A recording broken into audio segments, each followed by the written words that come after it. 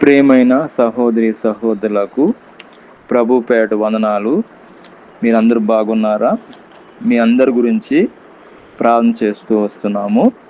మీరు ఎవరైనా కొత్తగా ఛానల్ చూస్తున్నట్లయితే దయచేసి సబ్స్క్రైబ్ చేసుకోండి. అదేవిధంగా ఇతరులకు కూడా తెలియచేయండి. ఈరోజు మనం ప్రార్థన గురించి మనం చూసుకుంటాము. దేవుడి వాక్యంలోంచి మనం చూసుకున్నట్లయితే మత్తయి రాసిన సువార్త 7వ అధ్యాయము 7వ వచనంలో, అడుగుడి మీకు ఇవ్వడను, వెదుకుడి మీకు దొరుకును, తట్టుడి మీకు తీయబడను. ఇక్కడ మనం చూసుకుంటే ప్రార్థన గురించి మనం చూసుకుంటాము. ప్రార్థన చాలా ప్రాముఖ్యమైనది క్రైస్తవ జీవితంలో. మనం ప్రార్థన అనగా ఏమనేది మనం చూసుకున్నట్టయితే దేవునితో నేరుగా సంభాషించడము లేదా మాట్లాడము. ఇది కేవలము కోరికలను అడగడం మాత్రమే కాదు, దేవుణ్ణి ఆరాధించడము, స్తుతించడము, పాపాలను ఒప్పుకోవడము మరియు ఆయన చిత్తాన్ని అర్థం చేసుకునే ప్రక్రియ. దీన్నే ప్రార్థన అంటారు. అదేవిధంగా మనం చూసుకుంటే ప్రార్థనా విధానం మనం చూసుకుంటే ఆరాధన, స్తుతి, దేవుని గొప్పతనాన్ని కొనియాడటము, అదేవిధంగా పాప ఒప్పుకోలు, మన తప్పులను మనం ఒప్పుకోవడం, పశ్చాత్తాపడము, అదేవిధంగా కృతజ్ఞత తెలపడము. దేవుడు చేసిన మేలను మనం మర్చిపోకూడదు. కృతజ్ఞత తెలపడము, విజ్ఞాపనలు, యాచనలు, మన అవసరతల కోసము, ఇతరుల అవసరతల కోసము ప్రార్థన చేయాలి. అదేవిధంగా మనం చూసుకుంటే ప్రార్థన ఎలాగ చేయాలి? ప్రార్థన దేవునికి రహస్యంగా చేయాలి. మత్తయి రాసిన సువార్త 6వ అధ్యాయము 5-8 వచనాలు మనం చూసుకుంటే మనం రహస్యంగా మనం ప్రార్థన చేయాలి. రెండవదిగా విశ్వాసంతో ప్రార్థన చేయాలి. మత్తయి రాసిన సువార్త 7వ అధ్యాయం 7వ వచనం. అదేవిధంగా మూడవదిగా ప్రార్థనలో పట్టుదల కలిగి ప్రార్థన చేయాలి. 1 తెస్సలోనికీయులకు రాసిన పత్రిక 5వ అధ్యాయము 15-18 వచనాలు. అదేవిధంగా నాలుగవది మనం చూసుకుంటే ప్రార్థనలో కృతజ్ఞత తెలుపుట. మనకు దేవుడు చేస్తున్న మేలును మనం కృతజ్ఞత తెలుపుతూ ప్రార్థన చేయాలి. అదేవిధంగా ఐదవది చూసుకుంటే ప్రార్థనకు జవాబిస్తాడని ఆ యొక్క దృక్పథంతో ప్రార్థన చేయాలి.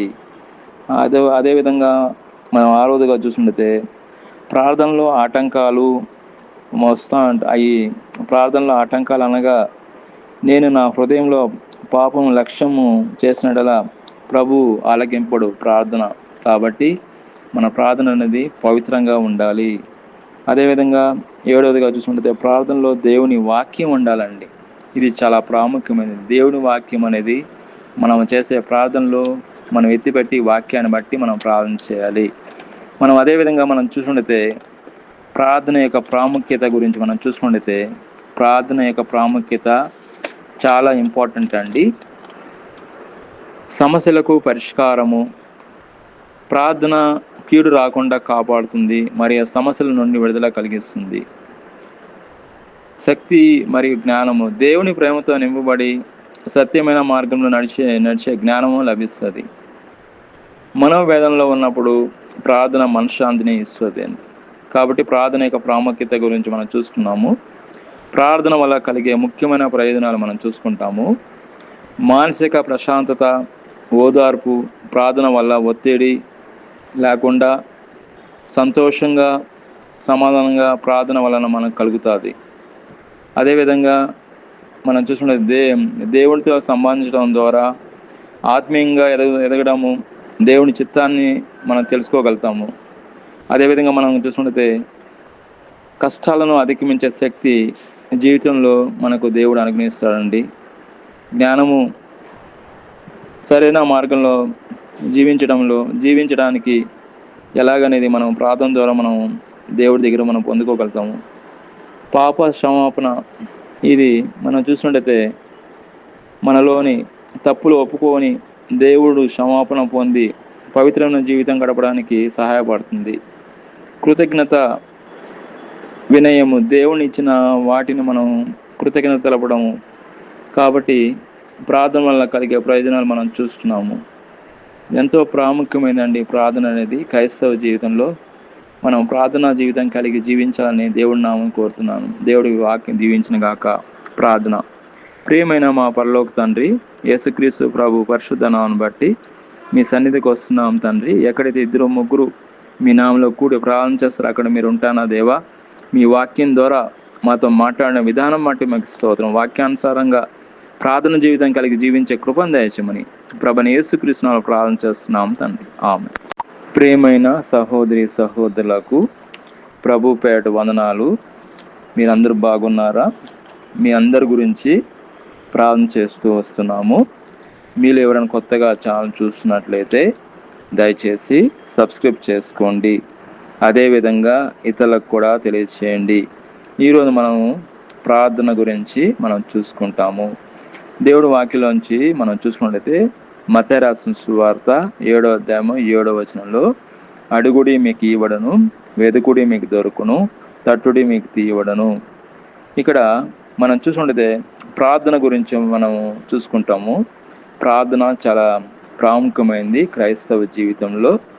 మనం ప్రార్థన అనగా ఏమనేది మనం చూసుకున్నట్టయితే దేవునితో నేరుగా సంభాషించడము లేదా మాట్లాడము. ఇది కేవలము కోరికలను అడగడం మాత్రమే కాదు, దేవుణ్ణి ఆరాధించడము, స్తుతించడము, పాపాలను ఒప్పుకోవడము మరియు ఆయన చిత్తాన్ని అర్థం చేసుకునే ప్రక్రియ. దీన్నే ప్రార్థన అంటారు. అదేవిధంగా మనం చూసుకుంటే ప్రార్థనా విధానం మనం చూసుకుంటే ఆరాధన, స్తుతి, దేవుని గొప్పతనాన్ని కొనియాడటము, అదేవిధంగా పాప ఒప్పుకోలు, మన తప్పులను మనం ఒప్పుకోవడం, పశ్చాత్తాపడము, అదేవిధంగా కృతజ్ఞత తెలపడము. దేవునికి దేవుడు చేసిన మేలును మనం మర్చిపోకూడదు. కృతజ్ఞత తెలపడము, విజ్ఞాపనలు, యాచనలు, మన అవసరతల కోసము, ఇతరుల అవసరతల కోసము ప్రార్థన చేయాలి. అదేవిధంగా మనం చూసుకుంటే ప్రార్థన ఎలాగ చేయాలి? ప్రార్థన దేవునికి రహస్యంగా చేయాలి. మత్తయి రాసిన సువార్త 6వ అధ్యాయము 5-8 వచనాలు మనం చూసుకుంటే మనం రహస్యంగా మనం ప్రార్థన చేయాలి. రెండవదిగా విశ్వాసంతో ప్రార్థన చేయాలి. మత్తయి రాసిన సువార్త 7వ అధ్యాయం 7వ వచనం. అదేవిధంగా మూడవదిగా ప్రార్థనలో పట్టుదల కలిగి ప్రార్థన చేయాలి. 1 తెస్సలోనికీయులకు రాసిన పత్రిక 5వ అధ్యాయము 15-18 వచనాలు. అదేవిధంగా నాలుగవది మనం చూసుకుంటే ప్రార్థనలో కృతజ్ఞత తెలుపుట. మనకు దేవుడు చేస్తున్న మేలును మనం కృతజ్ఞత తెలుపుతూ ప్రార్థన చేయాలి. అదేవిధంగా 5వది చూసుకుంటే ప్రార్థనకు జవాబిస్తాడని ఆ యొక్క దృక్పథంతో ప్రార్థన చేయాలి. అదేవిధంగా మనం 6వదిగా చూసుకుంటే ప్రార్థనలో ఆటంకాలు వస్తూ అవి ప్రార్థనలో ఆటంకాలు అనగా నేను నా హృదయంలో పాపం లక్ష్యము చేసినట్లా ప్రభు ఆలకింపడు ప్రార్థన. కాబట్టి మన ప్రార్థన అనేది పవిత్రంగా ఉండాలి. అదేవిధంగా 7వదిగా చూసుకుంటే ప్రార్థనలో దేవుని వాక్యం ఉండాలండి. ఇది చాలా ప్రాముఖ్యమైనది. దేవుని వాక్యం అనేది మనం చేసే ప్రార్థనలో మనం ఎత్తిపెట్టి వాక్యాన్ని బట్టి మనం ప్రార్థన చేయాలి.